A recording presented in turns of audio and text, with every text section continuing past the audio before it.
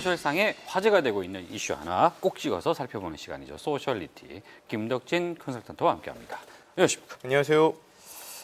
유럽에서 큰일이 있었더군요. 잊혀질 권리를 인정한다? 네. 이 잊혀질 권리가 뭔가 했더니 저희가 티타임에서 무려 한 1년 전쯤에 말이죠. 이 이야기를 한 적이 있어요. 제가 더 놀라운 사실을 가르쳐 드릴까요?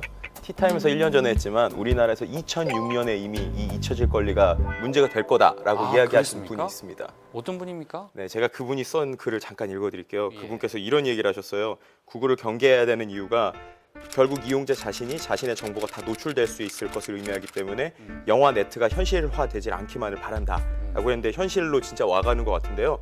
이분이 제가 보니까는 03년도엔 영국 생활도 하시고요. 또 04년도에는 카페에서 활동을 하시다가 닉네임이 뽀레스 차라고 하는데 혹시 아시는 분인가요?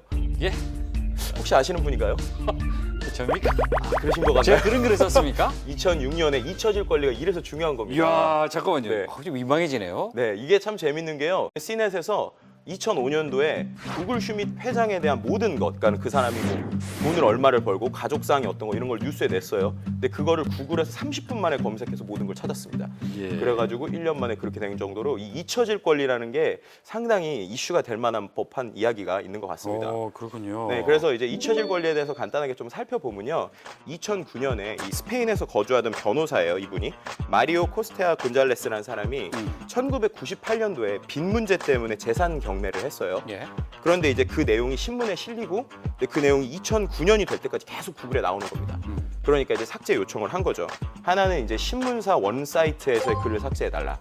두 번째는 구글 검색에서의 내용을 삭제해달라고 했는데 이번에 나온 판결에서는 원 사이트의 내용은 삭제할 수 없지만 구글 검색의 내용은 그때 시대에는 맞는 거지만 현재 시대에 그것이 좀 다른 이유라면 이미 잊혀질 권리에 들어간다. 그래서 구글 검색에서는 삭제해라 라고 이번에 판결이 난 겁니다. 검색했을 때 나오게 하지 말라. 네, 그렇죠. 자, 그럼 유럽 사법재판소에서 인정을 한 건데 네네. 그랬더니 전 세계적으로 이슈가 되고 있단 말이에요. 맞습니다. 어떤 이유에서 이걸 인정한다라고 얘기를 했습니까? 네, 간단하게 설명을 드리면요. 잊혀질 권리라고 하면 포괄적으로 개인이 온라인상 자신과 관련된 모든 정보에 대해서 이 삭제 및 확산 방지를 요구할 수 있는 자기 결정권 및 이제 통제 권리입니다. 예. 그러다 보니까는 뭐 인터넷에 퍼져 있는 정보 전체 또는 이제 퍼뜨리는 걸 막는 이런 것들이 있는데요. 이번에 판결이 난 것은 그 중에서 구글 같은 인터넷 검색에만 이제 한정이 되어 있었는데 이게 결국 논의가 확대되면 인터넷 전체의 개인 정보 보호 문제로 커질 수 있다는 거죠.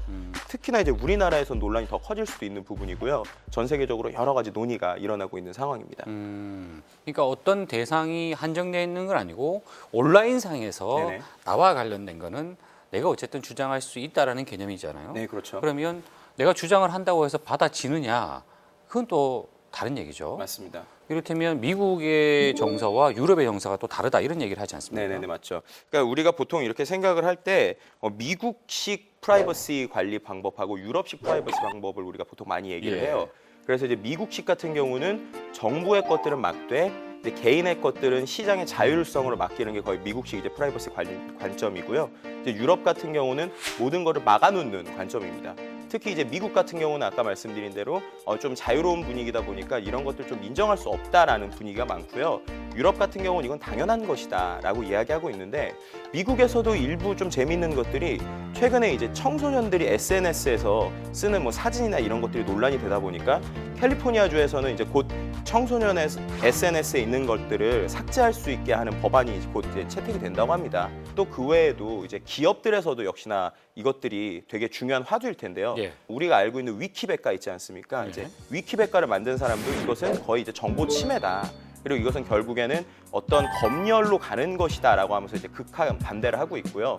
또 그들이 이야기하는 것은 구글이 이렇게 검색하는 걸 막는다고 할지라도 그게 얼마나 실효성이 있을까라는 겁니다. 왜냐하면은 우리가 알다시피 구글에서 한번 삭제를 하더라도 과거의 캐시 데이터가 계속 남아요. 그리고 이제 계속 로봇이 돌기 때문에 그때는 삭제가 되더라도 다시 또 채워진다는 거죠. 그렇기 때문에 이게 과연 얼마나 의미가 있을지 그리고 그것들을 다 삭제하기 위해서 얼마나 많은 수작업들이 드는데 과연 이게 의미가 있을지라고 하면서 이제 좀 반대하는 경향들이 있고요. 그럼에도 불구하고 이제 웹의 아버지라고 불리우는 이제 팀 버너스 있지 않습니까? 그분 같은 경우는 SNS 데이터 같은 경우는 개인에게 소유권이 있기 때문에 개인한테 다 돌려줘야 된다라는 이야기를 하고 있어요. 그렇게 상당히 많은 사람들의 의견이 이제 제각각으로 있는 상황이라고 보시면 될 것 같고요. 그렇군요. 기억될 권리 역시도 잊혀질 권리만큼 중요하기 때문에 과연 이것이 어떤 기준을 가지고 잊혀질 권리를 주장할 것인가라는 것이 전 세계적으로 상당히 논의가 되고 있는 상황이라고 보시면 될 것 같습니다. 이 들어보니까 뭐 정답이 있을 것 같지는 않습니다. 네네. 그 어떤 경우냐, 어떤 문제냐에 따라서 해석이 좀 다르게 될 수도 있을 것 같은데 네. 특히나 이 온라인의 어떤 이런 문화가 굉장히 활발한 우리나라, 네.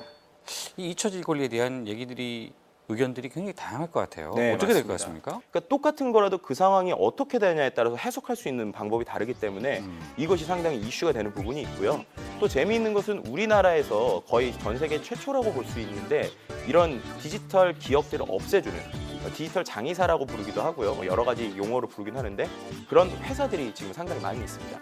그 돈을 내면 네. 다 처리해 준다는. 네, 맞습니다. 또 이제 우리나라에서 이러한 상황에서 나온 좀 새로운 기술이 있습니다. 이제 DAS라고 그래가지고 디지털 데이터도 이제 노쇠하는 컨셉이에요.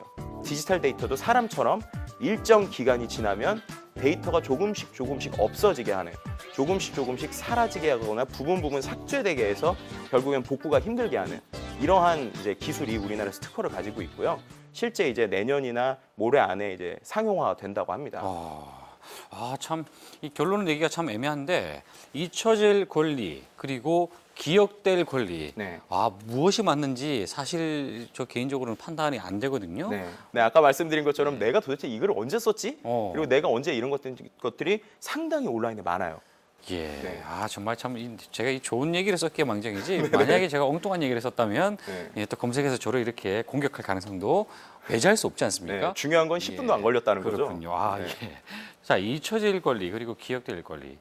참 어떤 게 좋은 건지 좋은 의견을 티타임 페이스북 페이지에 남겨주시면 저희가 좋은 선물을 드리도록 하겠습니다. 그렇죠? 네, 맞습니다.